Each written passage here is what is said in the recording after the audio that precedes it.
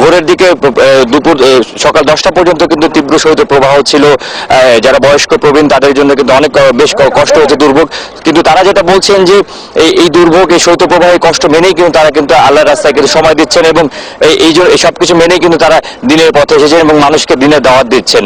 তো সবকিছু মিলিয়ে যে বিশ্ব ইজতেমার আখির ময়দানে আগামীকাল যেটা অনুষ্ঠিত হবে, চূড়ান্ত আয়োজন চলছে ইতিমধ্যে। কিন্তু মেলা ইতিমধ্যে কিন্তু এই ইজতেমা প্রাঙ্গণ এবং তার আশেপাশে কিন্তু বিভিন্ন জায়গায় কিন্তু মানুষ জমায়েত হয়েছে এবং তারা কিন্তু অস্থায়ী ভিত্তিতে তাঁবু গেড়ে তারা কিন্তু আখিরি ময়দানে শামিল হয়ে মুসলিম বিশ্বের জন্য, দেশ ও জাতির তারা হেদায়েতের জন্য কিন্তু তারা আল্লাহর নাজমুল, আমরা বুঝতে পেরেছি, আমরাও সেই কামনা করি।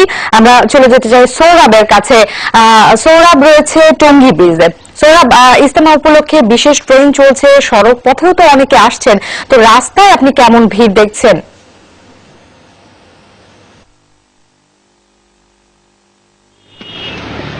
রাস্তায় আসলে মানুষের চাপ কিরকম, যানবাহনের চাপ কিরকম আমি যদি একটু দেখাতে চাই আপনাকে, দেখলেই হয়তো বুঝতে পারবেন। ঢাকা গাজীপুর মহাসড়কের কিন্তু এখন এই অবস্থা। খুব ধীর গতিতে কিন্তু এই যানবাহনগুলো চলাচল করছে। কি কারণে? রাস্তায় প্রচুর যানবাহনের চাপ। বিভিন্ন এলাকা থেকে কিন্তু মুসল্লিরা আসছেন এই যানবাহনে চেপে। মূলত গতকালকে প্রথম দিনে যারা অংশগ্রহণ করতে পারেননি তারা মূলত আজকে আসছেন সড়ক পথে, রেল পথে। তারা এই বিশ্ব ইজতেমার 52তম বিশ্ব ইজতেমায় অংশগ্রহণ করার জন্য কিন্তু তারা আসছেন। খুব ধীর গতিতে এই বাসগুলো যাতায়াত করছে। এই কারণে এই বিশ্ব ইজতেমার ঠিক মূল ফটক সহ আরো যে সামনে ফটকগুলো রয়েছে এগুলোর সামনে কিন্তু মুসল্লিরা নামছেন বাস থেকে এবং যার কারণে এই যানজটের সৃষ্টি হয়েছে। তো এটি কিন্তু সামাল দেওয়ার জন্য ট্রাফিক পুলিশ থেকে শুরু করে অতিরিক্ত পুলিশ এবং আইন শৃঙ্খলা রক্ষাকারী বাহিনীর সদস্যরা কিন্তু তারা প্রচেষ্টা চালিয়ে যাচ্ছেন এটি নিয়ন্ত্রণ করার জন্য। তারপরেও কিন্তু খুব স্বাভাবিকভাবে এই চাপটা কিন্তু আমরা প্রত্যেকবারই এই ইজতেমার ঠিক মূল ফটকের সামনে কিন্তু আমরা লক্ষ্য করি। আরেকটা বিষয় জানিয়ে রাখা প্রয়োজন, সেটি হচ্ছে আমরা একটু আগে টঙ্গী রেল স্টেশনে ছিলাম, সেখানেও কিন্তু মানুষের প্রচুর ভিড়। যারা গতকালকে অংশগ্রহণ করতে পারেননি আজকে যারা অংশগ্রহণ করবেন এবং যারা আগামীকালকে আখিরি মোনাজাতের জন্য এই বিশ্ব ইজতেমায় অংশগ্রহণ করবেন। তো সব মিলিয়ে এই ছিল এখানকার পরিস্থিতি। সৌরভ, আপনাকে ধন্যবাদ। দর্শক, সৌরভ আমাদের ইজতেমা যে সড়ক পথের মানুষ ইজতেমায় যোগ দিতে যাচ্ছেন সেই খবরাখবর আমাদের জানাচ্ছিলেন। চলে যাচ্ছি পরের সংবাদে। সুইজারল্যান্ডের ডাভোসে বিশ্ব অর্থনৈতিক ফোরামের সম্মেলনে পানি, অর্থনীতি, টেকসই উন্নয়ন, আঞ্চলিক সহযোগিতার উপর গুরুত্ব দেবে বাংলাদেশ। 5 দিনের সফরে আগামীকাল প্রধানমন্ত্রী সুইজারল্যান্ড যাত্রা উপলক্ষে আয়োজিত সম্মেলনে একথা জানান পররাষ্ট্রমন্ত্রী এইচ মাহমুদ আলী। সফরে বাংলাদেশের স্বার্থ সংশ্লিষ্ট বিষয়ে অনুষ্ঠিত প্ল্যানারি সেশনে প্রধানমন্ত্রীর সাথে আলোচনায় অংশ নেবেন দক্ষিণ আফ্রিকা, নরওয়ে, নেদারল্যান্ড ও পেরুর সরকার প্রধানরা। সম্মেলনে বাংলাদেশে বিনিয়োগের সুযোগ সুবিধা তুলে ধরা হবে অংশগ্রহণকারী ব্যবসায়ী ও বহুজাতিক কোম্পানির বিনিয়োগকারীদের কাছে। মন্ত্রী জানান, অর্থনৈতিক ফোরামের বৈঠকে এবারই প্রথম বাংলাদেশের সরকার প্রধানকে আমন্ত্রণ জানানো হয়েছে।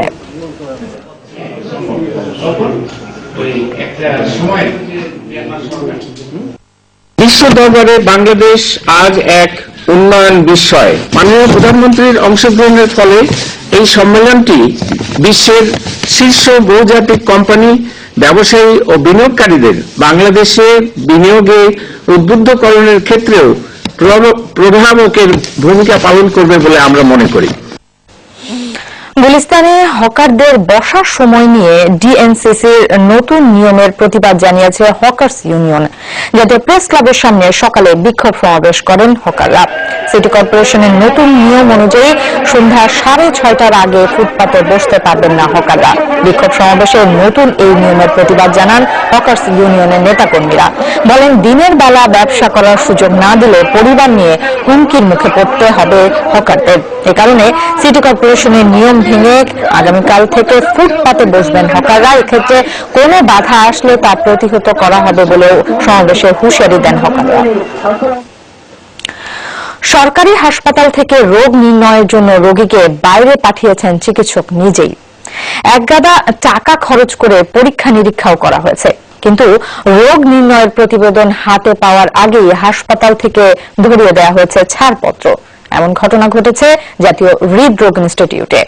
ডাক্তারের এমন কর্মকাণ্ডে হতাশ প্রতিষ্ঠানের কর্তা ব্যক্তিরাও। মাহফুজ মিঠুর ক্যামেরায় বিস্তারিত জানাচ্ছেন সৌরভ হোসেন। কেরানীগঞ্জ থেকে বাবার চিকিৎসা সেবা নিতে হৃদরোগ ইনস্টিটিউটে এসেছেন আলামিন। সকালেই ভর্তি করানো হয়েছে, তারপর একগাদা পরীক্ষা নিরীক্ষার প্রেসক্রিপশন। এসব টেস্টের অধিকাংশই বেসরকারি ডায়াগনস্টিক সেন্টারে করার নির্দেশনা। খরচ পড়েছে প্রায় 5,000 টাকা। রিপোর্ট পাওয়া যাবে একদিন পর, কিন্তু অবাক করা বিষয় হলো রিপোর্ট পাওয়ার আগেই রোগীকে দেওয়া হলো ছাড়পত্র। রিপোর্ট দিলেন আমাকে এতগুলো টাকার রিপোর্ট করালাম, আমি পরীক্ষা করলাম, রিপোর্ট না দিতে আমার রোগী রিলিজ দিয়ে দিলেন। আমি করতে পারবো না, আপনি অমুক স্যারের কাছে যান, অমুক জায়গায় গেলাম, বললো আপনি অমুক স্যারের কাছে যান, ঘুরে ঘুরে ধার দেনোর টাকা খরচ হলো, অথচ রিপোর্ট তো চোখ বুলালেন না ডাক্তার। এখন কি হবে? দেশেহারা আলামিন ঘুরতে লাগলেন ডাক্তার ও দায়িত্বরত কর্মীদের পেছনে, সাথে যমুনা নিউজ টিম।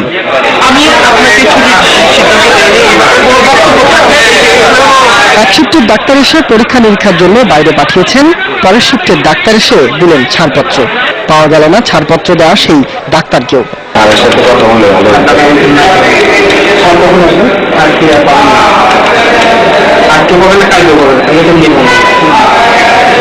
দ্বারস্থ হতে হলো আবাসিক চিকিৎসক প্রধানের কাছে।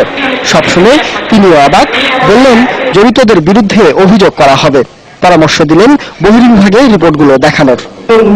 একটা টাকা খরচ করে তিনি কিছু রিপোর্ট করিয়েছেন, কিন্তু সকালে রোগী নিয়ে আসবে দরকার, রোগী নিয়ে যাওয়ার আগে অথবা পরে রিপোর্টগুলো নিয়ে আমার কাছে দেখে নিয়ে যাবে। হৃদরোগ ইনস্টিটিউটে ডাক্তারদের পেশাদারিত্বে এমন প্রশ্নবিদ্ধ আচরণ কেবল এই একটি ঘটনাতেই সীমাবদ্ধ নয়। প্রতিষ্ঠানটির সদ্য নিয়োগপ্রাপ্ত পরিচালক জানালেন, খতিয়ে দেখা হবে সব অনিয়ম। আমি বলবো না যে এই ধরনের ঘটনা হয় না, সেটা আমি অস্বীকার করব না।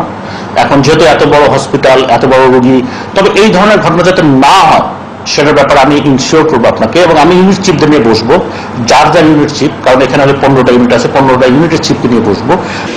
একই সাথে এমন প্রতারণার শিকার হওয়া মানুষগুলোকে সরাসরি তার কাছে গিয়ে অভিযোগের আহ্বানও জানালেন তিনি। সোহরাব হোসেন, যমুনা নিউজ, ঢাকা। এদিকে বগুড়ার উপজেলা স্বাস্থ্য কমপ্লেক্সগুলোতে সরকার প্রদত্ত সেবার সবটুকু ঠিকঠাক না পাওয়ার বিস্তর অভিযোগ রোগীদের। হাসপাতালগুলো থেকে বিনামূল্যে ঔষধ দেওয়ার কথা থাকলেও বেশিরভাগই বাইরে থেকে কিনতে হয়। হাসপাতালে সুবিধা থাকলেও বাইরের ডায়াগনস্টিক সেন্টার থেকে করাতে হয় রোগ নির্ণয় পরীক্ষা। মেহরুল সুজনের প্রতিবেদন, ছবি তুলেছেন শাহনওয়াজ শাওন। তো খুললো না, ওখানে তো দিয়ে পাঠালো।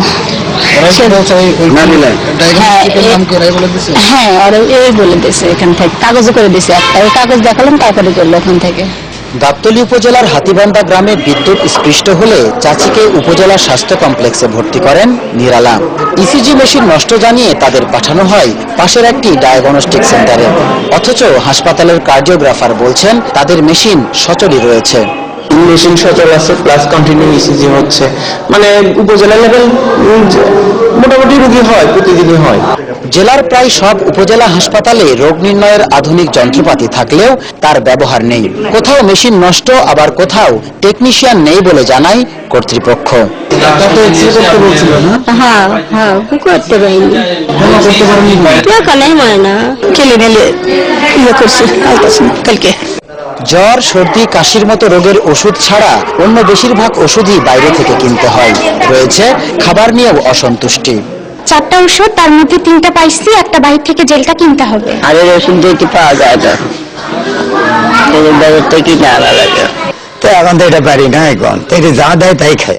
উপজেলা স্বাস্থ্য কমপ্লেক্সগুলোতে অ্যাম্বুলেন্স সার্ভিস থাকলেও লক্কর ঝক্কর গাড়িগুলো উল্টো ভোগান্তি বাড়ায়। সিভিল সার্জন বলছেন, কিছু সীমাবদ্ধতা থাকলেও যেটুকু সেবা রয়েছে তা আদায়ে রোগী সহ সংশ্লিষ্ট সবার সচেতনতা বাড়ানো জরুরি।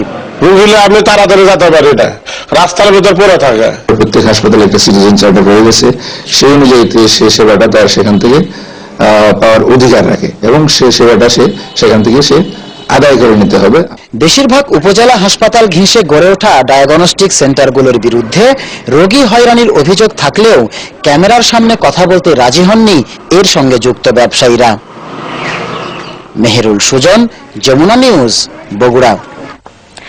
দেশের 3 জেলায় সড়ক দুর্ঘটনায় 10 জন নিহত হয়েছেন। এদের মধ্যে কুমিল্লাতেই প্রাণ গেছে 6 জনের। পুলিশ জানায় ঝুমুর পরিবহনের একটি বাস নীলফামারী থেকে কুমিল্লা যাচ্ছিল। ভোরে ঢাকা চট্টগ্রাম মহাসড়কের দাউদকান্দির জিংলাতলি এলাকায় পৌঁছালে চালক নিয়ন্ত্রণ হারায়। খাদে পড়ে যায় বাসটি। ঘটনাস্থলেই মারা যান 5 জন, আহত হয় কমপক্ষে 18 জন। হাসপাতালে নেয়ার পথে মৃত্যু হয় একজনের। বাকিরা স্থানীয় এবং ঢাকা মেডিকেলে চিকিৎসাধীন। ঘন কুয়াশার জন্য দুর্ঘটনাটি ঘটেছে বলে ধারণা পুলিশের। এই গাড়িটার সামনে একটা গাড়ি ট্রাক ব্রেক করছে, ব্রেক করার পরে এই গাড়িটা দাঁড়ানো ছিল পরে ওই পিছনে গাড়িটাকে ধাক্কা দেওয়াতে এটা নিয়ন্ত্রণ হারি গাড়িটা খাদে পড়ে গেছে। সাথে সাথে আমাদের ইউনিটে আসে, এসে দেখে যে সেখানে কিছু লোক গাড়ির নিচে ছড়িয়ে ছিটিয়ে পড়ে আছে। ওই মুহূর্তে আমরা 9 জন লোক উদ্ধার করে সাথে সাথে এদেরকে আহত অবস্থায় দাউদকান্দি গৌরীপুর স্বাস্থ্য কমপ্লেক্সে প্রেরণ করি। এদিকে নওগাঁর আত্রায়ে ট্রলি ও নসিমনের মুখোমুখি সংঘর্ষ হয়েছে। এতে ঘটনাস্থলে মারা গেছেন 2 জন, আহত 1 জনকে হাসপাতালে ভর্তি করা হয়েছে। এছাড়া ঢাকা আরিচা মহাসড়কে আশুলিয়ার নিরিবিলি এলাকায় বালুবাহী ট্রাক চাপায় নিহত হয়েছে বাবা ও মেয়ে।